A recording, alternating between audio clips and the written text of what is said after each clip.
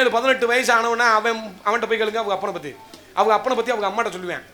என்னம்மா அப்பா எப்போ பார்த்தாலும் நொய்யின்னு பேசிக்கிட்டே இருக்காரு கருமா அப்படின்பேன். இதே தான் அவனுக்கு 22 23 வயசு ஆனவனா அவங்க அப்பனை பற்றி அவங்க அம்மாட்ட போய் சொல்லுவேன். இந்தர்மா உன் புருஷனை ஒழுங்கா இருக்க சொல்லு, என் லைனில் கிராஸ் ஆனால் அடித்து மண்டெல்லாம் பிறந்துருவேன், எரிச்ச இதை கிளப்பிக்கிட்டு இருக்கேன் அப்படின்பேன்.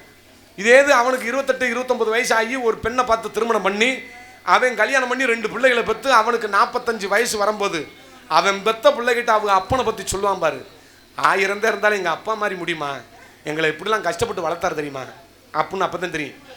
அப்போ தகப்பனோட அருமை எப்போ தெரியுது? ஒருத்தன் கல்யாணம் பண்ணி அவன் 2 பிள்ளைகளை பெற்று அவனுக்கு 45 வயசு வரும்போது தகப்பனோட அருமையே தெரியுறேன்.